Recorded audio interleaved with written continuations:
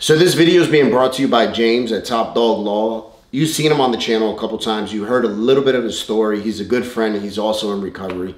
What's going on, guys? Top Dog Law is a law firm. We do mostly car accidents, slip and falls, medical malpractice, and sexual abuse. We want to help as many people as we can anywhere in the country. If you're looking for a trusted lawyer, send us a DM on Instagram at Top Dog Law or on the website www.topdoglaw.com. Also, stay tuned. I'm going to jump in later in this episode and give you one of my secrets for staying sober. What's your name, brother? Gary. Gary. And where are you from? Right here. Kensington? Kensington. Okay. How old are you? 35. 35. Any kids? I had 6 kids. 6 kids? What age range? 17 to, oh man, 6. Me and my wife got 7, so I know what that's like, man. A whole bunch of kids. What is, how was your youth growing up and stuff? From the time I was born up until I was 10, everything was great. I mean, my dad was my best friend, baseball coach, played football, did all the sports. I was pretty much the best at everything I did. You know Athlete? Yeah, wrestled. Let me let that pass real quick. So you wrestled? Wrestled, football, and then my grandfather died. My dad relapsed after 10 years of sobriety, and I lost my father, my best friend. He passed away also? No, or just lost him to the relapse? Everybody just like left. My dad started using, my mom had to work. Yeah. My sisters went to the babysitters, and I was all alone. So I started acting out for attention, and then older kids noticed me.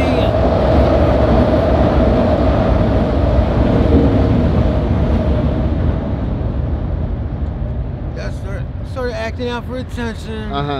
The older kids noticed me, and that was my new family. I mean, the boys on the block picked up on that. I could do things that other people couldn't. Like, we were in the burglaries, so they had me like climbing in windows and shit that they couldn't fit in, and it worked out. I mean, I now had my family's attention, and then I got put away, and that's when my mental health issues started, because of abandonment. I mean, I didn't have no family. They sent me to Oklahoma.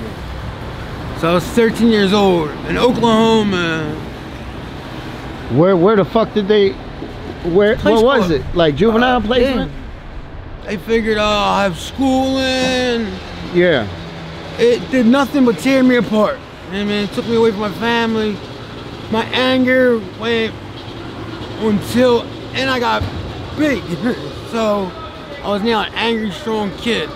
Man, I did 2.5 years, came home, and I was the man. I mean, everybody was paying me to beat people up. Yep. Just like, I had everything I wanted. And our stories have a lot in common. A lot in common. Then I ran a cop over with a car. So what did you initially get locked up for? Burglary.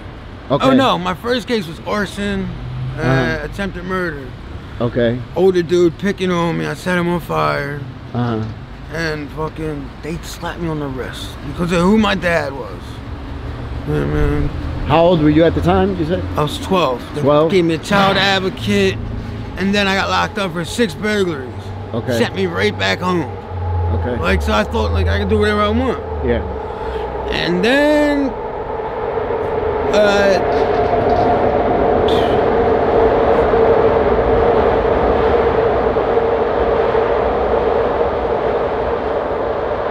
school violence, and that's why they put me away.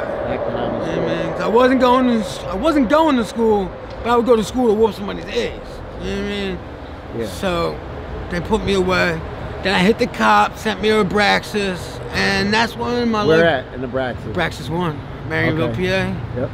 And that's when my life changed for the better, believe it or not. That was in the early 90s. Well, no, I'm a little older than you. Okay. And I loved it. I actually asked to stay, you know what I mean, to play football, go to school. Yeah. And they stopped my funding. So they sent me to fuck home. Sent you out on a... Oh, and then from there you went to Oklahoma? Nah, this is past Oklahoma. Oh, okay, okay. They sent me home, Within 2 months, I was right back up a practice. You know what I mean? Sent me back. Again, 12 months there, I got into college. I could go to any school I wanted, all A's and B's. Yeah. So you were on point when you applied yourself. Right, I was supposed to go to college from there. Yeah. Again, stop my fund in a month. I'm in jail, hustling. So I hustling at B in Cambridge. Yeah. 25 bundles a day, $40 a bundle. Yeah. You're making money. I was him. And that's when my life started. Caught a kidnapping. I went out to North Carolina and I turned blood. Started banging sex, money, murder. Okay. I was blood for, I'm still blood. Yeah. But 11 years, I made it to a 5-star G. And life was crazy, man. Crazy. I watched murders, been involved in so much shit. It's bad. I've been shot in the head twice. Oh wow. From here, and then I wish my wife was here.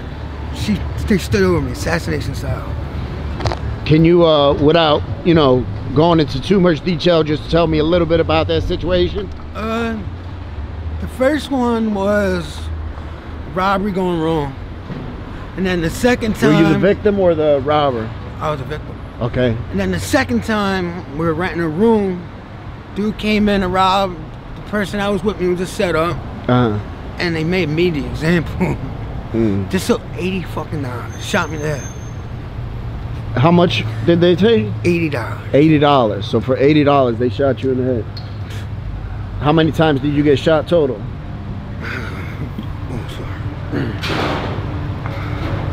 Just twice. Twice? And I pretty much spent my life in jail. You know what I mean? I was a county baby. Yeah. In and out of the county. Then I went upstate. I did 5 straight. Came home. I was living with my mom for a little bit. She died, and now I'm here. Like, her dying was the worst thing that ever happened. I felt part. Yeah. I'm sorry, I'm starting to get a little sick. No, that's what started me getting high. My mother died. I had to identify her body, and it was our stories are very. Listen, one of these days when I'm down here and I see you around, we're gonna bust it up a little bit more. I see you not feeling too well though. That's what I was on my way to get well. Yeah.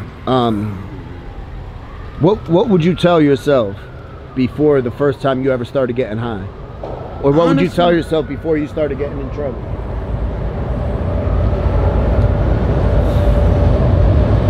I mean,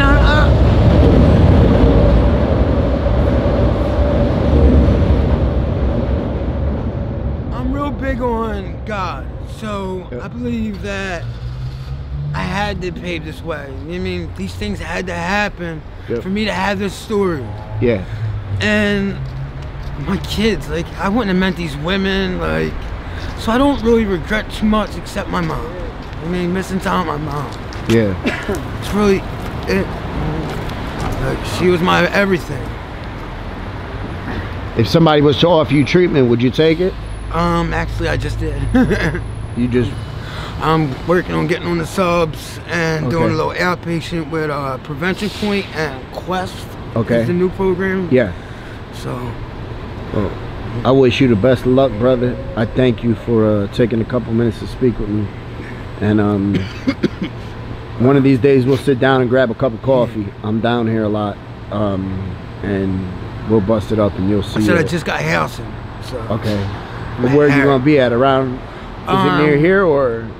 Well, I'm at right by Air Terminals, my house, but we don't. Okay.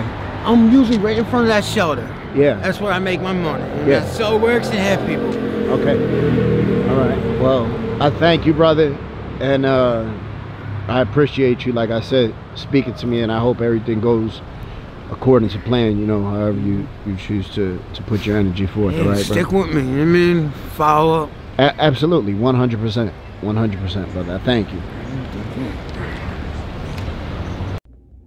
Hey, this is attorney James Helm at Top Dog Law here, just giving you one tip on how I stayed stopped. Anybody can stop drinking or using drugs, but staying stopped is what's difficult. For me, one thing I did early on was I always had an exit plan.